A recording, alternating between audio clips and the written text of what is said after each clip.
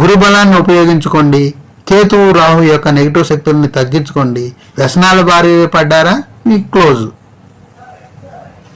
చూసుకోండి, గురుబలంతో మీరు ముందుకు సాగిపోతే, పని మీద దృష్టి పెడితే మీకున్న అప్పులు కూడా తీరిపోయే అవకాశం ఉంటుంది. అప్పు చేయకుండా ఉండే అవకాశం ఉంటుంది. కుటుంబం సక్రమంగా జరిగే అవకాశం ఉంటుంది. ఇది గుర్తుపెట్టుకోవాలి సింహరాశి వాళ్ళు.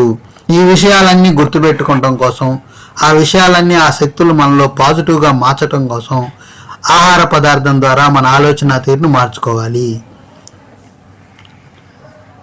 కేతుగ్రహం ద్వితీయ స్థానంలో నెగిటివ్ ఉన్నాడు కాబట్టి ఖర్జూరము, ఉలవ వంటలు తెచ్చుకోవటం వల్ల, వంటలు తినడం వల్ల మీకు అక్కడ ఆలోచన విధానం సక్రమంగా ఉంటుంది.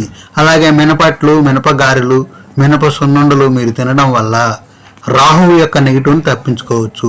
ఎందుకంటే ఆహారమే ఆలోచన. మనం తినే ఆహారాన్ని బట్టి ఆలోచనలు ఉంటాయి.